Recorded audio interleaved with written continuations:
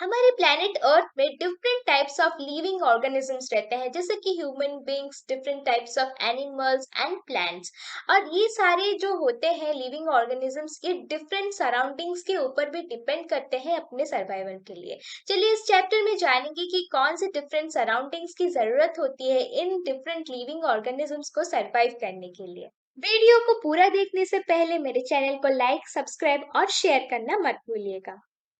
Habitat habitat एक ऐसी जगह है जो कि हर एक ऑर्गेनिज्म का नेचुरल घर हो, जहाँ पे उनका डेवलपमेंट हो सके, ग्रोथ हो सके, रिप्रोडक्शन हो सके।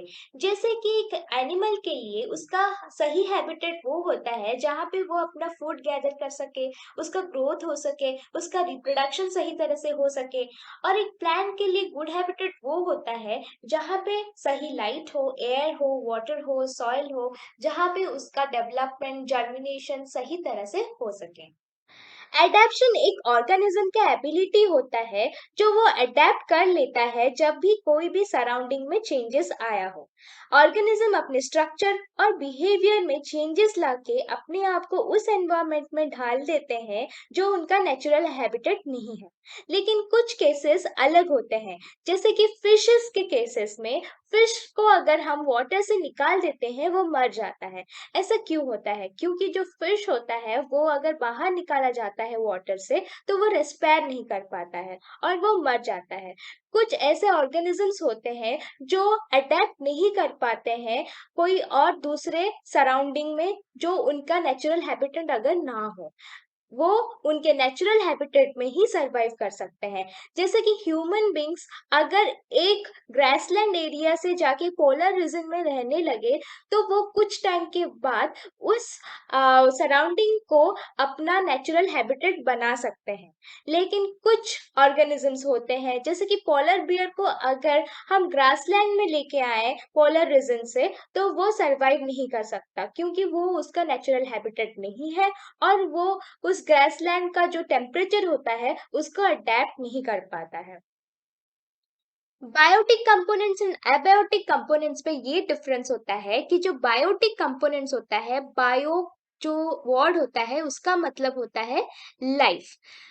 The all living things in this earth are called biotic components, जो रेस्पायर कर सकते हैं, जो रिप्रोड्यूस कर सकते हैं, जिनका ग्रोथ हो सकता है, वो सारे जो होते हैं वो लिविंग थिंग्स होते हैं। जैसे कि plants, animals and other organisms जो कि रेस्पायर, रिप्रोड्यूस, ग्रोथ उनका हो सकता है, तो वो सब बायोटिक कंपोनेंट्स में जाते हैं। Opposite of biotic is abiotic.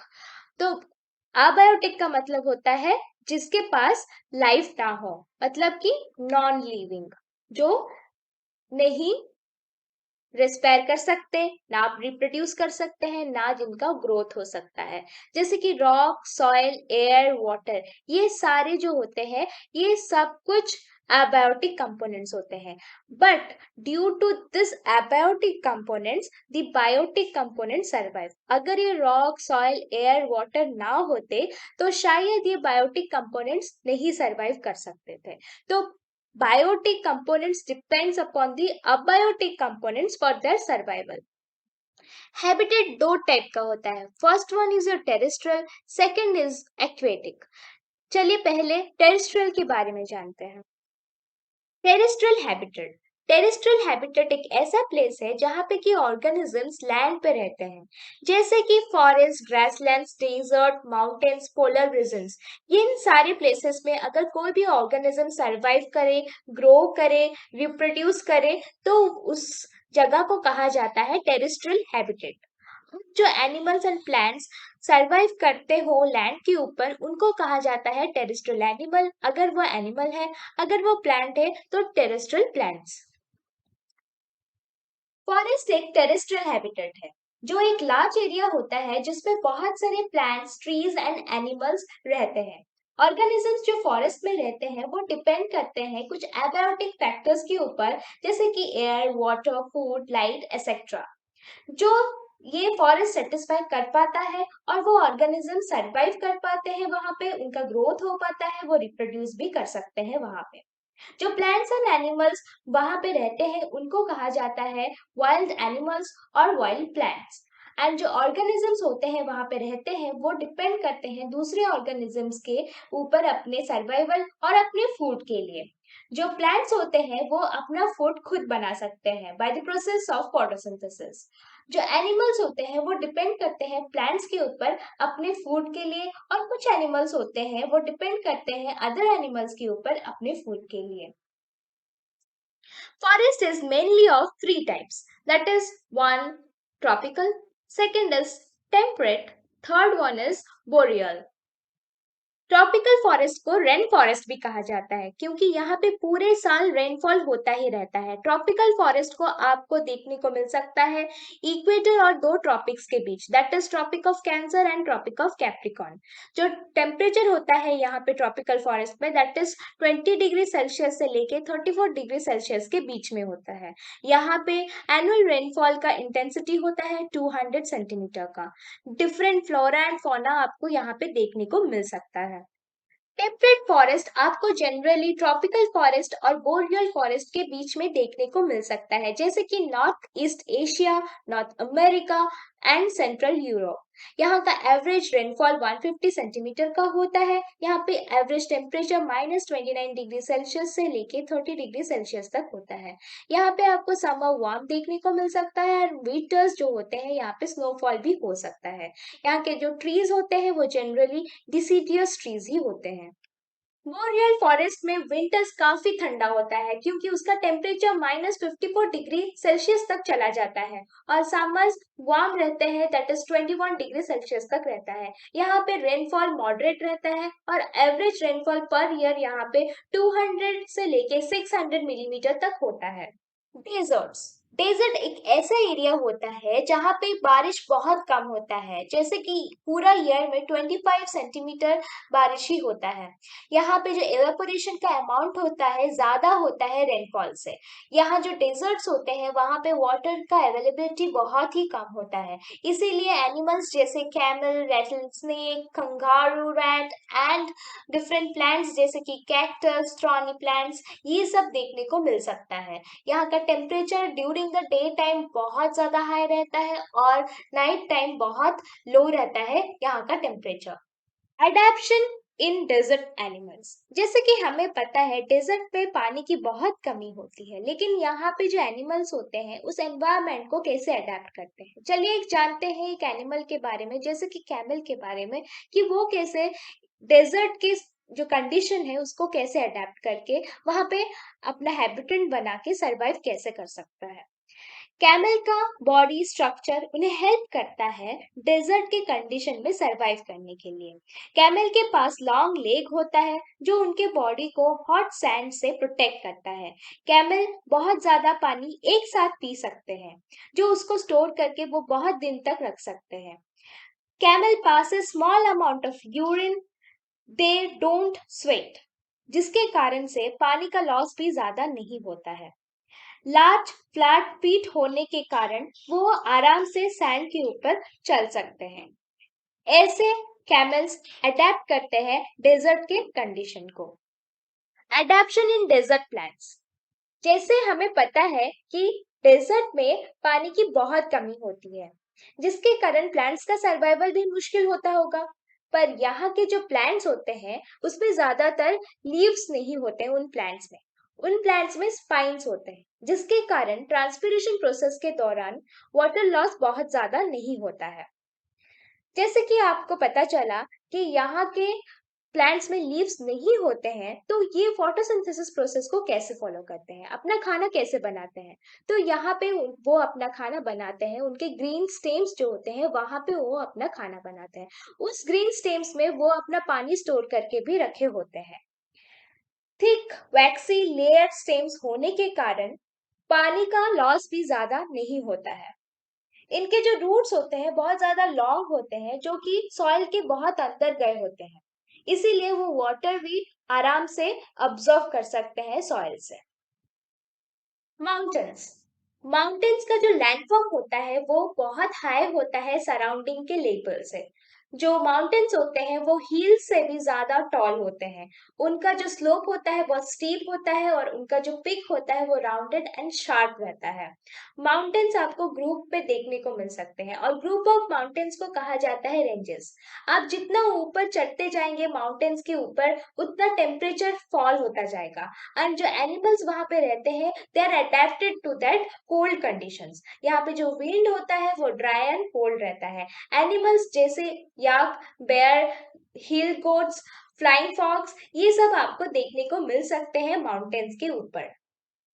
Adaptation in plants and animals living in mountains.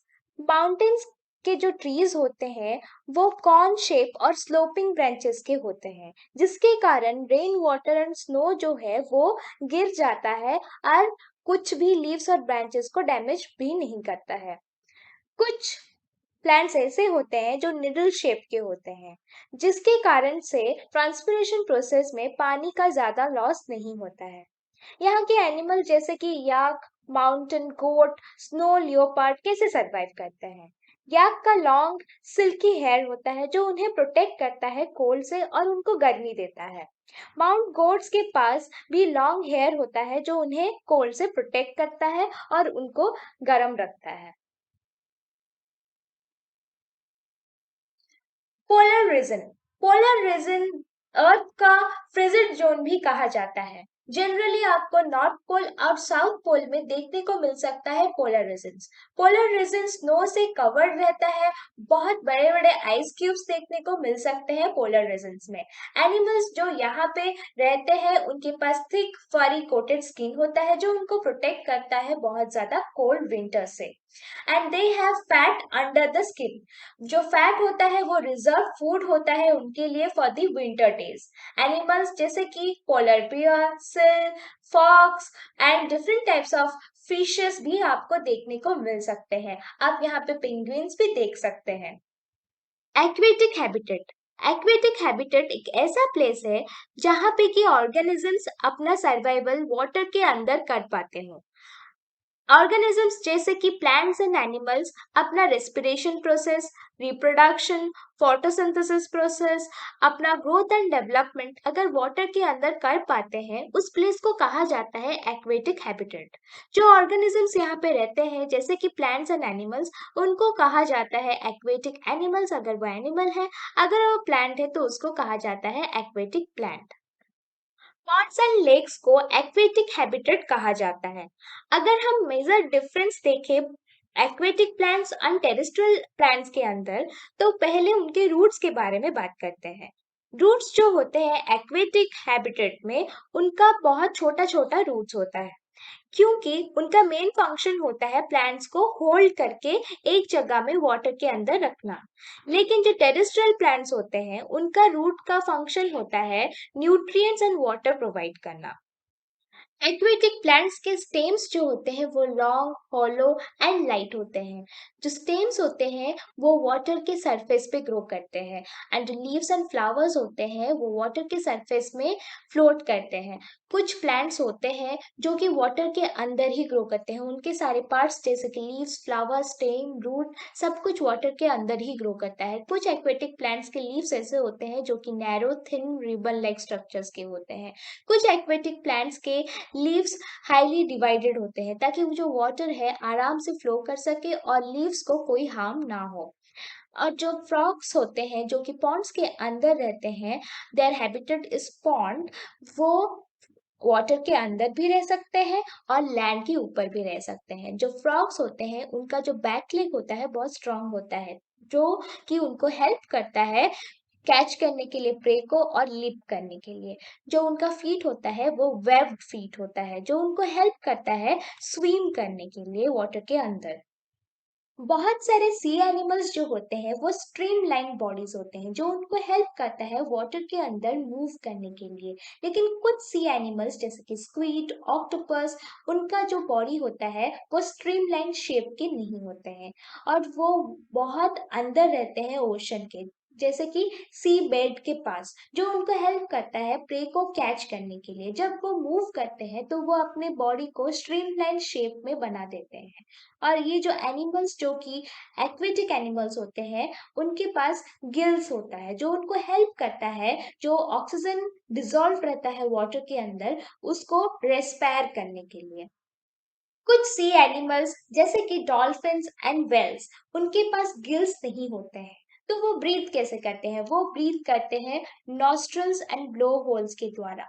जो ब्लो होल्स या फिर आप जिसको नॉस्ट्रल्स कहते हैं, वो उनके हेड के अपर पार्ट में होता है, जो उनको हेल्प करता है ब्रीथ करने के लिए जब वो वाटर के सरफेस के पास होते हैं। जब वो वाटर के भीतर होते हैं, अंदर होते हैं, तब वो बहुत देर तक बिना ब्रीथ किए भी रह सकते हैं। और वो टाइम टू टाइम बाहर आते हैं वाटर के सरफेस के पास, ताकि वो एयर को ब्रीथ कर सके, फिर वाटर के अंदर जा सके। Do all the living things need food? हाँ, हर एक लिविंग थिंग को फूड की जरूरत होती है सरवाइव करने के लिए। जैसे कि प्लांट्स अपना खुद अपना फूड बनाता है by the process of photosynthesis. Human beings and animals depend करते हैं प्लांट्स के ऊपर फूड के लिए। और कुछ एनिमल्स होते हैं जो डिपेंड करते हैं अदर एनिमल्स के ऊपर अपने फूड के लिए। तो फूड जो होता है एक वाइटल कंपोनेंट होता है कोई भी लिविंग थिंग को सरवाइव करने के लिए और अपने लाइफ प्रोसेसेस को आगे बढ़ाने के लिए। सो रिप्रोडक्शन, डेवलपमेंट, ग्रोथ, इस सब के लिए food is very important, because food gives us energy. Do all the living things show growth? क्या हर एक लिविंग थिंग जो होता है उनका ग्रोथ होता है? हाँ, हम ह्यूमंस में ग्रोथ देख सकते हैं, एनिमल्स में ग्रोथ देख सकते हैं, इवन प्लांट्स में भी ग्रोथ देख सकते हैं। एक ह्यूमन में हम लोग देख सकते हैं एक इन्फेंट बढ़ के ओल्ड हो जाता है, एक ओल्ड मैन में टर्न हो जाता है। वैसे ही हेन में अगर हम देखें तो एक एग जो होता है वो कंप्लीट एक हेन बन जाता है कुछ टाइम के बाद। वैसे ही प्लांट्स में सीड जो होता है वो कुछ दिन के बाद ट्री बन जाता है। तो सारे जो लिविंग थिंग्स होते हैं वो ग्रोथ शो करते हैं। Do all the living things respire? क्या सारे लिविंग थिंग्स रेस्पिरेशन प्रोसेस को फॉलो करते हैं? हाँ, सारे लिविंग थिंग्स रेस्पिरेशन प्रोसेस को फॉलो करते हैं सरवाइव करने के लिए। जो ह्यूमंस एंड एनिमल्स होते हैं वो लंग्स के थ्रू ऑक्सीजन इनहेल करते हैं और एक्सेल करते हैं कार्बन डाइऑक्साइड। लेकिन जो प्लांट्स होते हैं डे टाइम में फोटोसिंथेसिस प्रोसेस के टाइम में they give out oxygen and take in carbon dioxide. And night time में जब ट्रांसपिरेशन प्रोसेस होता है प्लांट्स में, तब वो ऑक्सीजन इनहेल करते हैं by the help of leaves and they exhale out the carbon dioxide by the help of leaves। तो सारे जो लिविंग थिंग्स होते हैं वो रेस्पिरेशन प्रोसेस को फॉलो करते हैं। All the living things responds to the stimuli? क्या सारे जो लिविंग थिंग्स होते हैं वो स्टिमुले को रिस्पॉन्ड करते हैं? कुछ प्लांट्स होते हैं जैसे कि टच मी नॉट प्लांट, उसको अगर उसके लीव्स को हम टच करते हैं तो वो लीव्स जो है वो सिकुड़ जाता है। हमारा जो टच करना उन लीव्स को वो है स्टिमुले, और उनका जो वो एक्शन दिखाते हैं due to stimuli that is called response. जैसे कि अगर हम जाके एक मैन को थप्पड़ मारते तो वो हमारे ऊपर अटैक कर सकता है, हमें भी थप्पड़ मार सकता है। तो हमारा जो एक्शन था उसको थप्पड़ मारना दैट इज स्टिमुले, एंड उसने जो हमारे एक्शन को रिस्पॉन्ड किया that is the response of the stimuli. जैसे कि अगर हम जाके एक एनिमल को टीज करते हैं, उसको छेड़ते हैं, तो वह एनिमल जो है वो हमें भी अटैक कर सकता है। तो वो एनिमल जो जो हमने एक्शन दिखाया उस एनिमल के ऊपर, उसको टीज किया, उसको मारा पीटा, जो भी किया, तो वो हमारा स्टिमुले था। और उसने जो एक्शन दिखाया due to the stimuli that is called response. Do all the living things reproduce? क्या सारे लिविंग थिंग्स रिप्रोड्यूस करते हैं? हाँ, सारे लिविंग थिंग्स रिप्रोड्यूस करते हैं। वो ह्यूमन हो, प्लांट हो, एनिमल हो, they give birth to their own kind. एक ह्यूमन बीइंग एक डक को प्रोड्यूस नहीं कर सकता, या फिर एक ह्यूमन बीइंग एक प्लांट को रिप्रोड्यूस नहीं कर सकता। So they give birth to their own kind. अपने काइंड के ही लिविंग थिंग को वो रिप्रोड्यूस करते हैं। Do all the living things move? क्या सारे जो लिविंग थिंग्स होते हैं they can move from one place to another? नहीं। जैसे कि प्लांट एक लिविंग थिंग है but it cannot move from one place to another. It has a root fixed in it, so जो रूट होता है वो मूवेबल नहीं होता। तो वो रूट्स जो होते हैं दे कैन क्रीप, वो सॉइल के अंदर क्रीप करके बहुत अंदर तक जा सकते हैं, लेकिन वो एक प्लेस से अदर प्लेस मूव नहीं कर सकते हैं। लेकिन एक ह्यूमन बीइंग, एक animal one place to other place move कर सकते हैं by the help of their limbs.